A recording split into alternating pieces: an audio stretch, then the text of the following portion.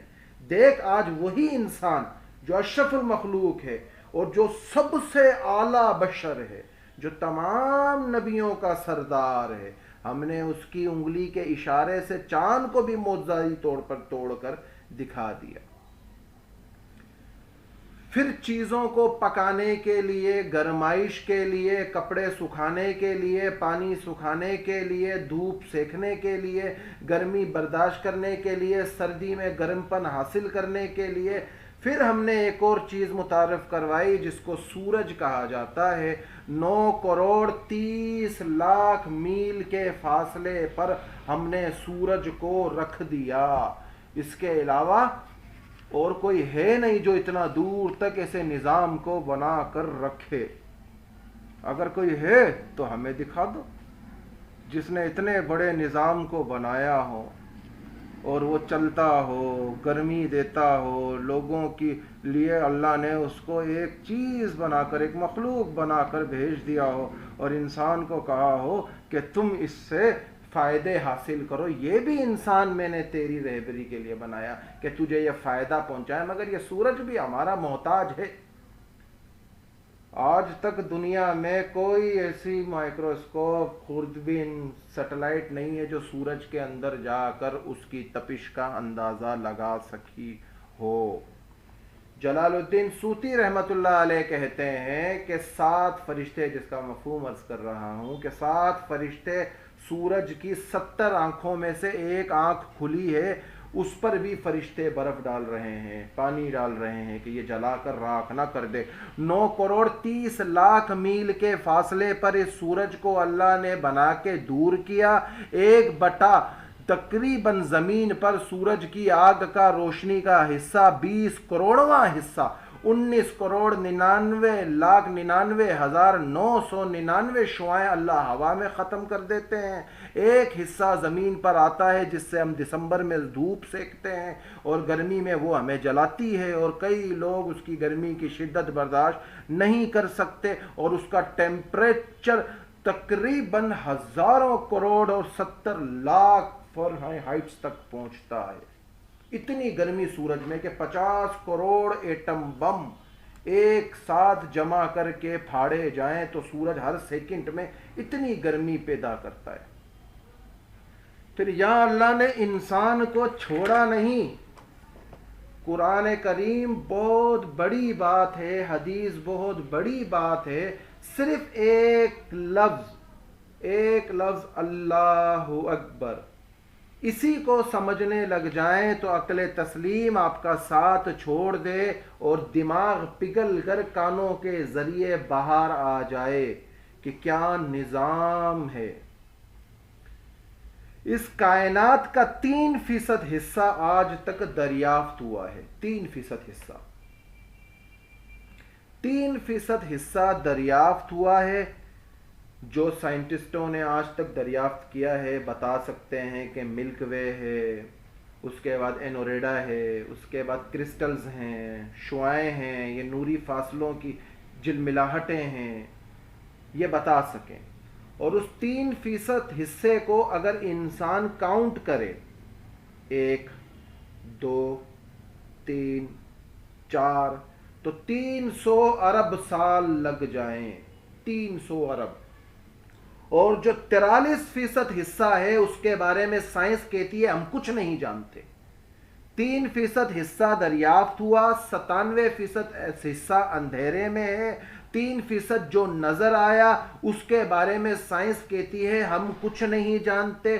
جنوری 1981 میں ایک رسالہ شائع ہوتا ہے ناسا کے ہیڈ کوارٹر سے، رسالے کا نام دی پلان روٹ ہے، کہتی ہے 3% دریافت ہوا، 97% اندھیرا ہے، کچھ نظر نہیں آتا، وہ روشنی کو بھی کھا جائے، وہ ہر چیز کو نگل جائے، ہر چیز کو کھا جائے۔ حضرت موسیٰ علیہ السلام نے کہا نا، جس کا مفہوم ہے اے اللہ تمام دنیا کے انسان مل کر تیری نافرمانی کریں تو کیا کرے گا؟ اے موسیٰ تب ہم ان پر ایک ایسا جانور مسلط کر دیں گے جو ساتوں زمین آسمان کو ایک ہی لقمے میں کھا جائے گا۔ اے اللہ وہ جانور کدھر؟ اے موسیٰ ہماری چراغاؤں میں چر رہے ہیں۔ اے اللہ چراغائیں کدھر؟ اے موسیٰ ہمارے علم کے اندر۔ اگر آج مخلوقات کے اندر دیکھو تو بلیک ہول بھی اللہ کی وہ مخلوق ہے جو کہکشاؤں کو، روشنی کو، سولر سسٹم کو کھا جاتی ہے اور پتہ بھی نہیں چلتا، تاریخ میں اس کا نشان بھی نہیں رہتا۔ آج جو ہمارے بڑے زندہ ہیں، اگر ہم ان سے پوچھیں، اسکائی لیب نامی سیارہ جو 1981 سے تقریباً دہائی کے اندر ٹوٹ کے جو زمین پہ گرا اور اس کے کچھ ٹکڑے خلا میں بہہ گئے اور کچھ سمندر میں اٹلانٹک مہاساگر یا اوقیانوس کے اندر اور بحر الکاہل کے اندر جو ٹکڑے گرے اس کے، جب جب مخلوق اپنی حدود سے باہر نکلتی ہے اللہ اس پر دوسری مخلوق مسلط کر دیتا ہے۔ تو ناسا کہتی ہے یہ 3% جو دریافت ہوا اور 97% جو اندھیرا ہے، اس 97% میں سے بھی 43% وہ ہے جس کو ہم نہیں جانتے۔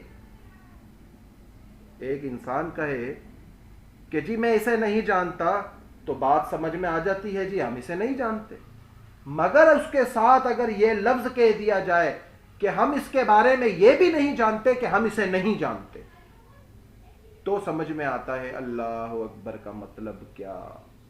ناسا کہتی ہے 3% وہ ہے جو نظر آیا، دریافت ہوا، 43% وہ ہے جو نظر نہیں آیا، ہمیں جس کے بارے میں علم نہیں ہے کدھر چھپا ہوا ہے، اور 54% وہ ہے جس کے بارے میں ہم یہ بھی نہیں جانتے کہ ہم نہیں جانتے، جس کے بارے میں ہم یہ بھی نہیں جانتے کہ ہم نہیں جانتے۔ 3% جس کے بارے میں جانتے، اس کے بعد 43% جس کے بارے میں ہم کچھ نہیں جانتے، اس کے بعد 54% وہ جس کے بارے میں ہم یہ بھی نہیں جانتے کہ ہم اس کے بارے میں نہیں جانتے۔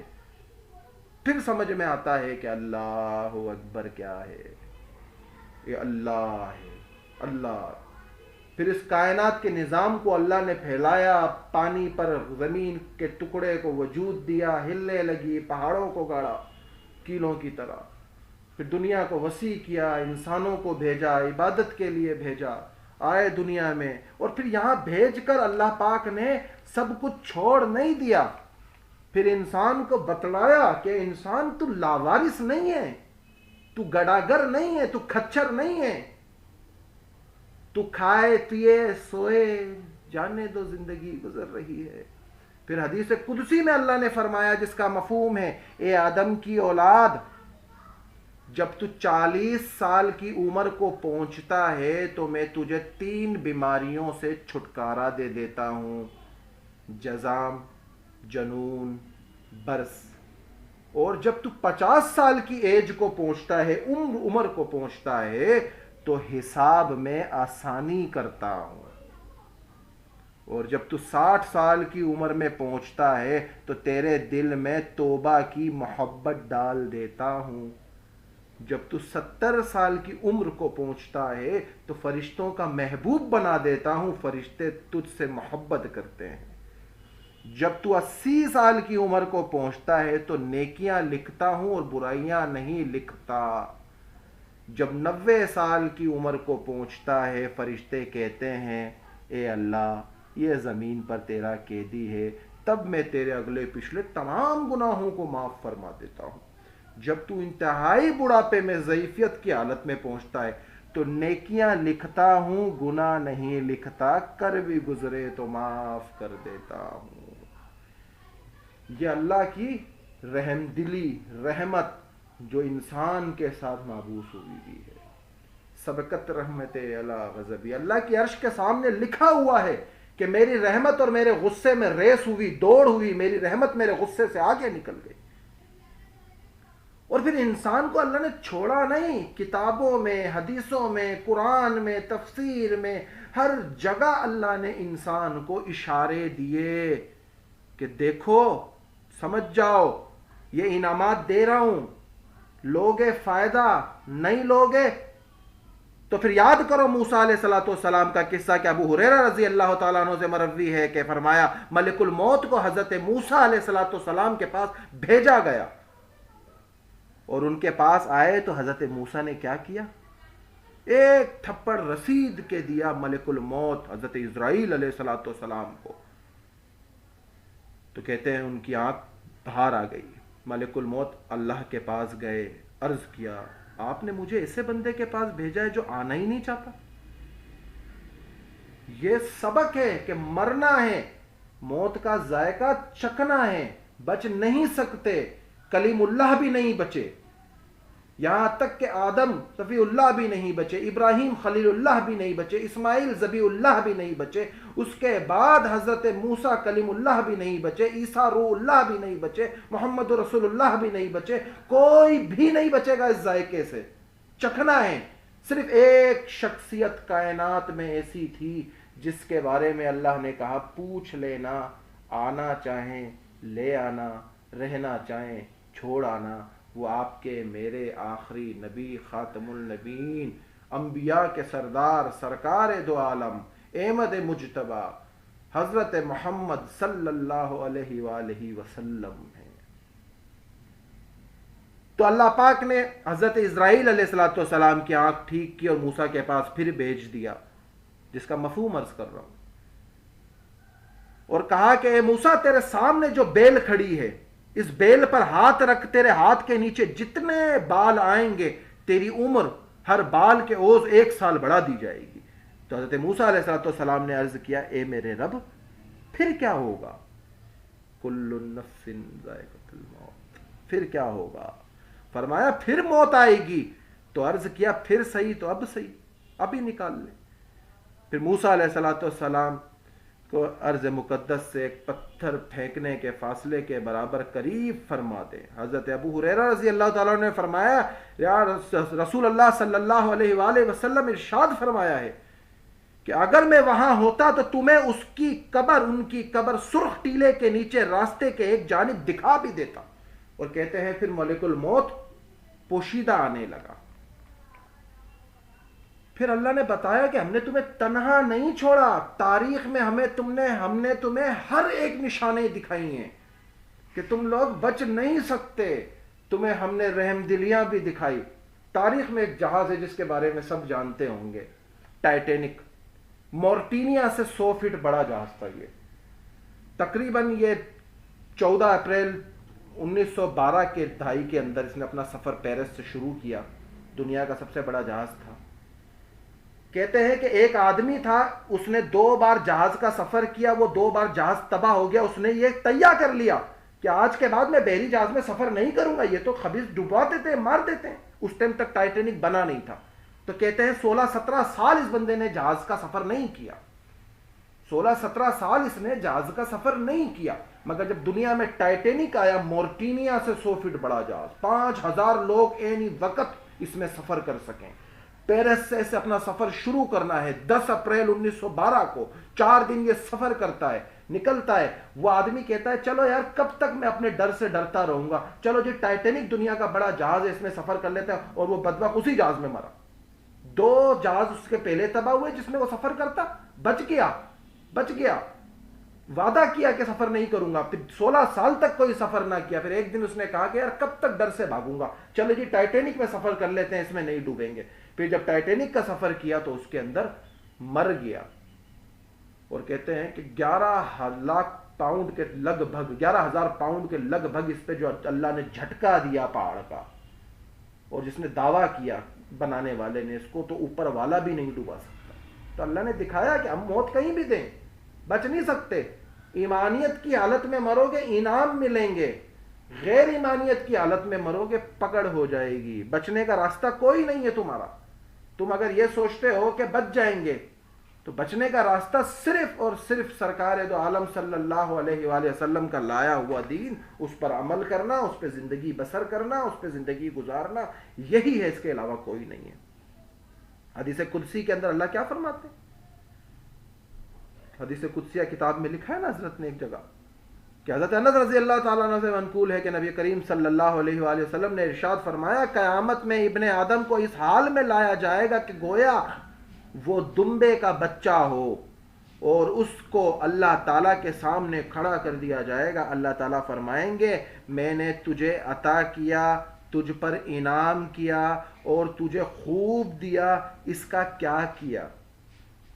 میں نے تجھے عطا کیا, انعام دیا، تجھے خوب دیا، دولت، حسن، آنکھیں، کان، نعمتیں، ہاتھ پیر سلامت، جسم سلامت، جسم کے اعضاء سلامت، تو چل سکتا، تجھے عقل سلیم دی، عقل شعور دیا، تو بات کرے لوگوں کی طرف، لوگوں کو اپنی بات بتائے، دعوت دے، دعوت اللہ دے۔ یہ جو میں نے نعمتیں تجھے جسمانی طور پر دی، مالی طور پر دی، معاشی طور پر دی، یہ تمام نعمتیں جو میں نے تجھے عطا کی، تو نے اس کا کیا کیا؟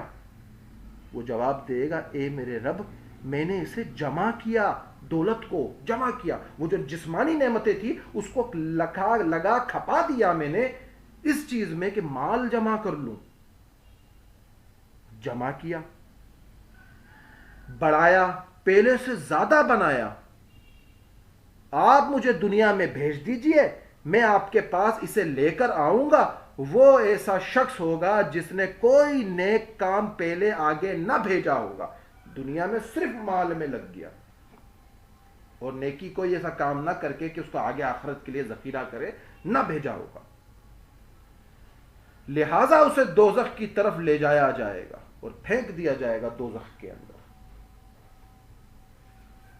کہ کیا دنیا میں تیرے پاس ڈرانے والے لوگ نہیں آئے، بتانے والے لوگ نہیں آئے، کہ تاریخ کے قصے بھرے ہوئے نہیں ہیں؟ تاریخ طبری، تاریخ قرطبی، تاریخ ابن کثیر، تاریخ البیان، تاریخ العزیز، تاریخ ابن الخلدون کے تمام کتابیں، حدیث کی کتابیں، تفاسیر کی کتابیں کے تمام کتابوں میں ان لوگوں کے واقعات نہیں ہیں جن کے بارے میں بتایا گیا جنہوں نے مال کمانے کو ترجیح دی۔ ہم نے انہیں کہیں کا نہیں چھوڑا، وہ دنیا میں بھی ذلیل رہے اور آخرت کے لیے بھی کوئی ذخیرہ اکٹھا نہ کر سکے۔ کیا اللہ ان مال کا محتاج ہے؟ یہ تو ایک مصری تہذیب تھی جس کو ایجپشن کہا گیا، ایجپشن میتھولوجیز، جس میں ایک دیوتا ہے اس کا نام ہے سائرس، ایک دیوتا ہے اس کا نام ہے انوبس، ایک دیوتا ہے اس کا نام ہے ایسس، ایک دیوتا ہے اس کا نام ہے پات۔ انوبس وہ تھا کہ جس کے بارے میں مصری تہذیب یہ تھی کہ فرعونوں کے ساتھ سونا دفن کر دو، ان کے غلاموں کو دفن کر دو، کئی ہزار سال بعد کچھ ایسا ہوگا جب انوبس کے سامنے ان کا وہ حشر لگے گا تو انوبس پوچھے گا کیا لائے، وہ کہیں گے کہ ہم سونا لائیں، انوبس اس کو سونا دے گا تو وہ دنیا میں اسے واپس بھیج دے گا، یعنی دوسرا جنم کے کانسیپٹ لے کے چلے ایجپشن میتھولوجیز کے اندر۔ ہمارے اسلام میں دوسرا جنم ہے ہی نہیں، پہلا جنم دنیا، دوسرا جنم آخرت، بس ختم۔ اقبال نے فرمایا، کون کہتا ہے موت آئے گی میں مر جاؤں گا، در حقیقت میں اپنے اصلی گھر جاؤں گا۔ حقیقت کا گھر وہ ہے، دنیا کا سب سے بڑا بیوقوف انسان وہ ہے جو یہاں سے لاہور گھومنے نکلے اور لاہور میں وہاں اپنا گھر خرید لے، وہاں بیٹھ جائے اور بولے جی، لوگ بولے جی کیا کرنے آیا، جی میں نے کار خرید لی یہیں رہوں گا۔ ارے بھائی تو گھومنے نہیں آیا تھا، مسافر نہیں تھا تو، یہاں سے یا لندن جماعت میں جاتا ہے وہاں سب کچھ خرید کے بیٹھ جائے۔ ارے بھائی تیرا گھر پاکستان میں، تو یہاں کیا کرنے آیا؟ تو جماعت میں آیا دن لگا گھر جا، گھومنے آیا دن لگا گھر جا۔ ہاں اگر رہنا ہے تو سب کچھ چھوڑ کے آ، ایک سٹی تیرے کو چھوڑنی پڑے گی، یا وہ جہاں رہتا تھا یا وہ جہاں رہنا ہے۔ تو یہ دنیا رہنے والی نہیں ہے، یہ ختم ہونے والی ہے، یہ ایک دن ختم ہوگی اور ہر حال کے اندر ہوگی۔ تو ہم نے کیا کیا؟ ہماری جو جوانی اللہ نے ہمیں دی، آج سوچنے کی بات ہے کہ ہم نے اپنی جوانی کی ساری عمر صرف پیسہ کمانے میں لگا دی، آرائشیں کمانے میں لگا دی۔ پیسہ ہو، اچھا موبائل ہو، 2 لاکھ کا ہو، 3 لاکھ کا ہو، 4 لاکھ کا موبائل ہو۔ میرے دوست نے 1,71,000 کا موبائل لیا، مجھ سے پوچھا جنید یہ موبائل میں لے رہا ہوں کیسا ہے؟ میں نے کہا موبائل تو بہت اچھا ہے، مگر بھائی میرا ایک چھوٹا سا سوال ہے۔ کہا کیا؟ میں نے کہا اپنا جو گروپ ہے جس میں اپن سارے دوست ایڈ ہیں، اس کے اندر میں کوئی امیر نظر آؤں گا تجھے، یا جیسا میں ہوں ویسا ہی؟ بولا نہیں ویسا ہی۔ تو میں نے کہا پھر 2.5 لاکھ 1 لاکھ 1.5 لاکھ کا موبائل کا فائدہ کیا ہوا؟ ٹھیک ہے انسان کو ایک شوق ہے، اپنا شوق استعمال کرتا ہے، مگر ان چیزوں کو بھی استعمال کرنے کی اگر اجازت ملتی ہے کرے، مگر ان چیزوں میں کامیابیاں نہیں ہیں۔ پوری جوانی ہم نے لگا دی اپنی پیسہ کمانے میں۔ شاکی مختصر صاحب رحمۃ اللہ علیہ فرماتے ہیں 14 سے لے کر 32 سے 34 36 سال تک کی عمر جوانی کی، اس کے بعد بڑھاپا آنا شروع ہو جاتا ہے، اور 40 سال کے بعد تو پھر وہ معاملہ ہی کچھ اور ہے اس کا، بڑھاپے والا۔ اور جب اتنا پیسہ اکٹھا کر لیا میں نے اپنی 20 سال زندگی کے لگا کے، اچھا خاصا پیسہ، محلے میں تسلط قائم ہو گیا، میں چودھری بن گیا، میں خان بن گیا، میں شاہ صاحب بن گیا، میں شیخ صاحب بن گیا، میں سائیں بن گیا، میں وڈا بن گیا، میں وڈیرا بن گیا، میں بڑے امیر صاحب بن گیا۔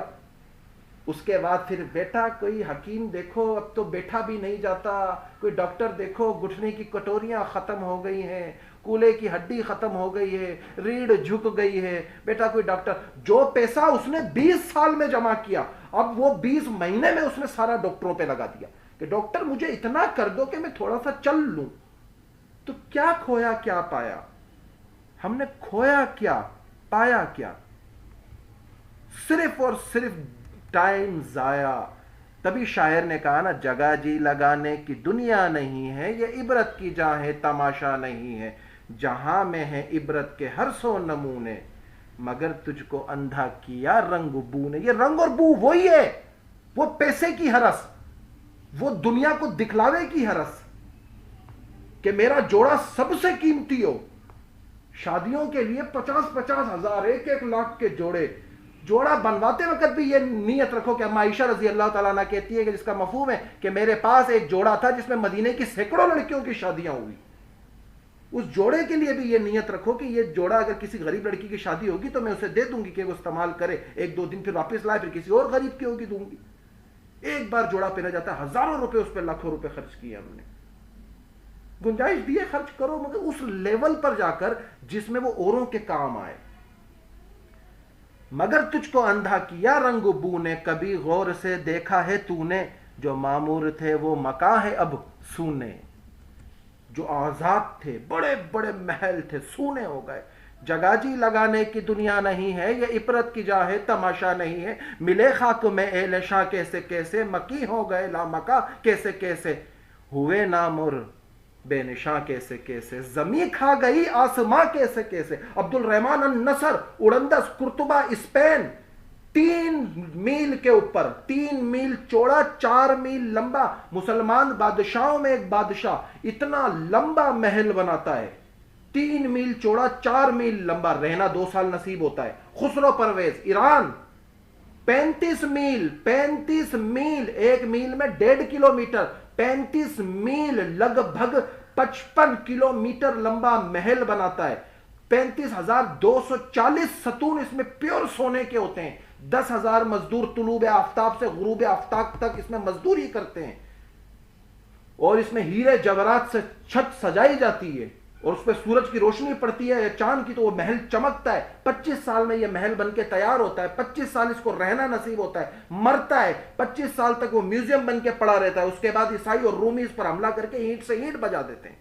ملے خاک میں اہل نشاں کیسے کیسے، زمین کھا گئی آسماں کیسے کیسے، جگہ جی لگانے کی دنیا نہیں ہے، یہ عبرت کی جا ہے تماشا نہیں ہے، اجل ہی نہ کسرا ہی چھوڑا نہ دارا، اجل موت، کسرا ایران بادشاہ، دارا ایران تہران، اسی سے سکندر فاتح بہارا، یونان کا بادشاہ سکندر، دنیا کو اپنی تلوار کی غرض دکھانے والا، ہار گیا اجل سے بھی، ہر ایک چھوڑ کے کیا کیا نہ حسرت ستارا ہے، مرتے وقت بیوی بچوں سے ملنے کی مہلت مل جائے، ماں سے مل لوں، باپ سے مل لوں، کوئی ملنے کا طریقہ نہیں، موت نے کہا یاریاں نہیں ہے، جانا ہے، پڑا رہ گیا سب یوں ہی ٹھاٹ سارا، جگہ جی لگانے کی دنیا نہیں ہے، یہ عبرت کی جا ہے تماشا نہیں ہے، تجھے پہلے بچپن نے برسوں کھلایا، جوانی نے پھر تجھ کو مجنوں بنایا، بڑھاپے نے پھر آ کے کیا کیا ستایا، اجل تیرا کر دے گی بالکل صفایا، جگہ جی لگانے کی دنیا نہیں ہے، یہ عبرت کی جا ہے تماشا نہیں ہے، یہی تجھ کو دھن ہے رہوں سب سے اعلیٰ۔ کوئی رہ سکا ہے سب سے اعلیٰ؟ کوئی رہ سکا ہے؟ جانا ہے خاک ہو کر، مٹی ہو کر۔ خدا کی قسم ان قبروں کا حال جب میں جاتا ہوں قبرستان میں دیکھتا ہوں، کوئی کتا پیشاب کر رہا ہے، کوئی کتا اس پہ پخانہ کر رہا ہے، کوئی ہیروئنی اسے کھود رہا ہے، کوئی ادھر جانور آ رہے ہیں، کوئی بلی قبر پہ سو رہی ہے، مٹی، خاک، کیچڑ پڑا ہوا ہے، یہ حسن کام نہیں آنے، یہی تجھ کو دھن ہے رہوں سب سے اعلیٰ، نہیں رہ سکتے سب سے اعلیٰ۔ یوسف علیہ السلام کا حسن بھی اس دنیا میں تھا، اس کے بعد چلا گیا، آپ علیہ السلام بھی رہے چلے گئے، ہمارا عقیدہ ہے کہ انبیاء اپنی قبروں میں زندہ ہے، مگر یہ دنیا عارضی ہے، رہی یہی دن ہے تجھ کو رہوں سب سے اعلیٰ، ہو زینت نرالی ہو فیشن نرالا، کیا جیا کرتا ہے یوں ہی مرنے والا، تجھے حسن ظاہر نے دھوکے میں ڈالا، دھوکے میں ڈالا ہے، دھوکے میں، ایسا دھوکا، تو بس محلے کی سب سے خوبصورت لڑکی ہے، تو محلے کا سب سے خوبصورت لڑکا ہے، خدا کی قسم ان قبروں کی طرف ہاتھ اٹھا کر دیکھو، تو تم سے حسین لوگ ان قبروں میں خاک ہوئے پڑے ہیں، ہم سے زیادہ علمدار لوگ ان قبروں میں خاک ہوئے ہیں، لیٹ گئے ہیں، ختم ہو گئے ہیں، تجھے حسن ظاہر نے دھوکے میں ڈالا، کوئی تیری غفلت کی ہے انتہا بھی جنو چھوڑ کر، اب ہوش میں بھی آ، جگہ جی لگانے کی دنیا نہیں ہے، یہ عبرت کی جہاں ہے تماشا نہیں ہے۔ قاری حنیف ملتانی رحمت اللہ علیہ فرماتے ہیں گزر دنیا میں مشکل ہے کہ خود دنیا ہے مشکل میں، گزر دنیا میں مشکل ہے کہ خود دنیا ہے مشکل میں، نہ اپنا موت پر قابو نہ حسرت زیست کی دل میں، خوشی سے جاؤ یا ناگواری سے جانا پڑے گا، ہر حال میں جانا پڑے گا، نہ کوئی بچا ہے نہ کوئی بچ سکتا ہے، کس حسن نے ہے کیا ہمارے پاس حسن۔ ایران مصر کے بارے میں اور مصر ایجپشنز کے بارے میں آج بھی کہا جاتا ہے ان کی عورتوں کا ہاتھ لگاؤ تو میلی ہو جائے، حسن کی انتہا ہے۔ ان میں ایک قوم پائی جاتی ہے جسے سوریان کہا جاتا ہے، وہ ان کے حسن کی تو دنیا میں مثال نہیں، عربستان حسن میں کوئی کم ہے، ان کے لوگ بھی، ان کے مرد بھی، ان کی عورتیں بھی، ان میں امیر لوگ بھی قبروں میں خاک ہوئے، قبروں میں لے گئے اس حسن کو۔ پھر منصور بن عمار والی وہ حدیث جس کا مفہوم ہے یہ بٹ جائے گا جسم کیڑوں میں، ہڈیاں مٹی میں، اور یہ مال رشتہ داروں میں، یہ نیکیاں قرض خواہوں میں، یہ تمہاری روح ملک الموت میں، لے جائیں گے وہ سب کچھ تم سے، چھوڑیں گے نہیں وہ تمہیں۔ لاکھوں کروڑوں اربوں لوگوں کے پاس چیزیں ہیں، حاصل کیا ہوا ہے اس کا؟ کتنے عمل کرنے والے ہوئے ہیں ہم، کتنے عمل کر رہے ہیں ہم، کوئی آئیڈیا اس کا ہمیں نہیں ہے جانا کدھر ہے۔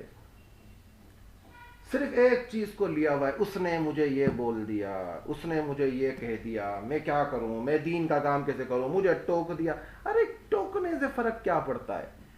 جب تک کیل پر ہتھوڑی کی چوٹ نہ پڑے تب تک وہ کیل کام میں نہیں آ سکتی۔ دو لکڑیوں کو جوڑنے کے لیے امت کو جوڑنا ہے، چوٹ کھانی پڑے گی۔ اگر دین میں ساری ہی سہولتیں ہوتی، آرائشیں ہوتی، تو آدم علیہ السلام اس دنیا میں جدھر آدم علیہ السلام کو اللہ نے بھیجا، کہ آپ سے ایک بھول ہوئی، آؤ دنیا میں۔ آدم علیہ السلام نے اللہ سے توبہ کی، مانگی دعائیں کہ اللہ معاف کر دیں، معاف کیا۔ ہم اس دنیا کو آرائش سمجھ بیٹھے ہیں کہ نہیں جانا ادھر سے۔ ابراہیم خلیل ہیں، نوح انبیاء ہیں، کیا ہو رہا ہے؟ بیٹا اور بیوی ایسی کفر میں مر رہے ہیں، بڑی تکلیف میں رہ رہے ہیں، 950 سال لگ بھگ تبلیغ کی، 80-82 لوگ مسلمان ہوئے، کتنا دکھ ہوا ہوگا ان کو، ان کی امت کو تباہ ہونا پڑا۔ کیوں؟ کیونکہ وہ تھک گئے کر کے۔ اللہ نے کہا نو بس تم نے اپنا حق ادا کیا، بیٹھو کشتی میں جاؤ، اب ان کو ہم خود دیکھ لیں گے۔ تکلیفیں جھیلی، بیٹے کو آنکھوں کے سامنے مرتا ہوا دیکھ رہے ہیں، بیوی کو دیکھ رہے ہیں، ابراہیم آگ میں پھینکے جا رہے ہیں، برداشت کر رہے ہیں تکلیفیں، اسماعیل کی گردن پہ چھری پھیر رہے ہیں، برداشت کر رہے ہیں تکلیفیں، حضرت زکریا علیہ السلام کو تکلیفیں دی جا رہی ہیں، حضرت یحییٰ کو تکلیفیں دی جا رہی ہیں، حضرت موسیٰ کو دی جا رہی ہیں، حضرت عیسیٰ کو دی جا رہی ہیں۔ حضرت عیسیٰ کے خلاف کیا سازشیں نہیں ہوئی؟ ان کی تو ماں پر الزامات تک لگائے لوگوں نے، جو قرآن نے سورہ مریم میں اتار کے پھر گواہی دی۔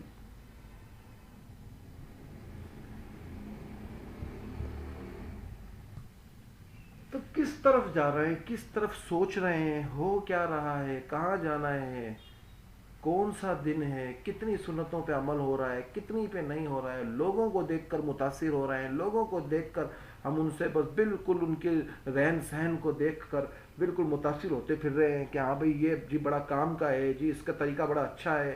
کسی بھی طریقے میں کامیابی نہیں ہے سرکار دو عالم کے طریقے کے علاوہ، اور کوئی طریقہ ہے نہیں۔ شاعر نے کہا منہ خدا کو ہے دکھانا ایک دن، اب نہ غفلت میں گوانا ایک دن، ہے یہاں سے تجھ کو جانا ایک دن، قبر میں ہوگا تیرا ٹھکانہ ایک دن۔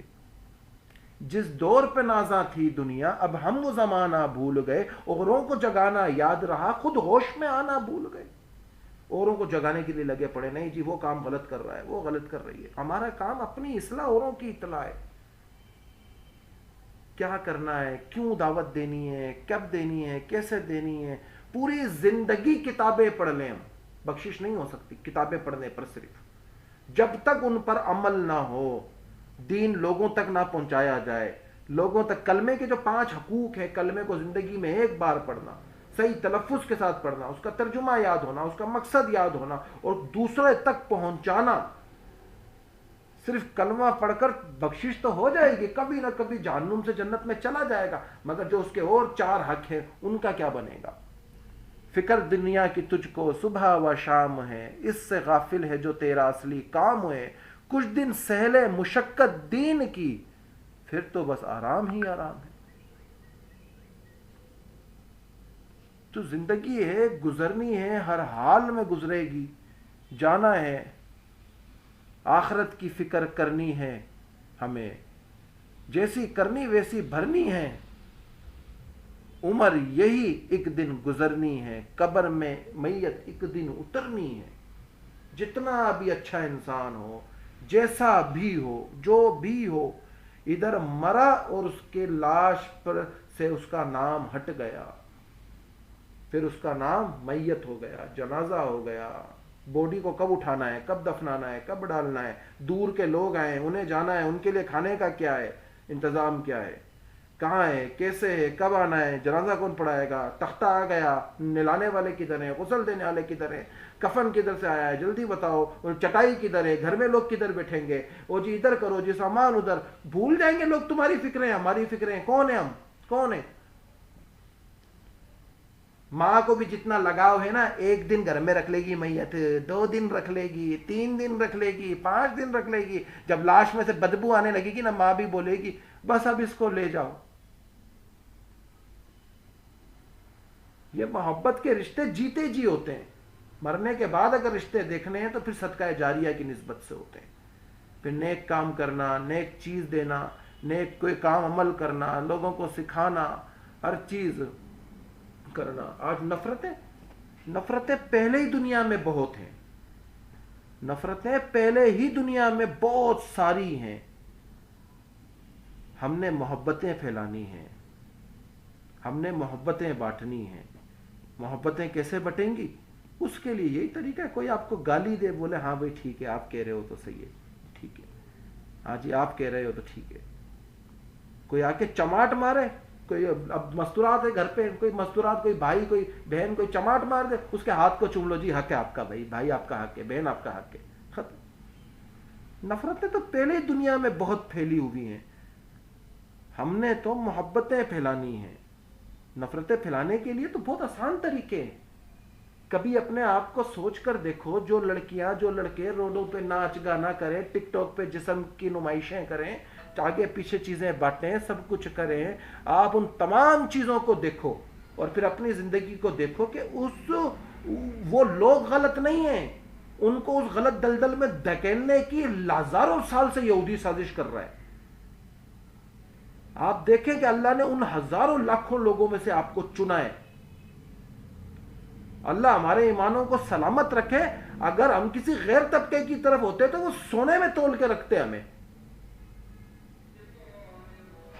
قاسم نانوتوی رحمت اللہ علیہ کو جب ہندوؤں نے چیلنج کیا مناظرے کا، حضرت مناظرے کے لیے پہنچے تو ہندو سے کہا پہلے آپ چڑھیں، کہا نہیں پہلے آپ، کہا نہیں پہلے آپ، کہا نہیں پہلے آپ، پھر آخر میں حضرت قاسم نانوتوی رحمت اللہ علیہ چڑھے، بیان کیا، 2 گھنٹے دلائل دیے، نیچے اترے، ہندو کو کہا اب آپ چڑھیں، تو ہندو کیا کہتا ہے کہ حضرت آپ کے دلائل کے آگے ہمارے دلائل نہیں ہیں،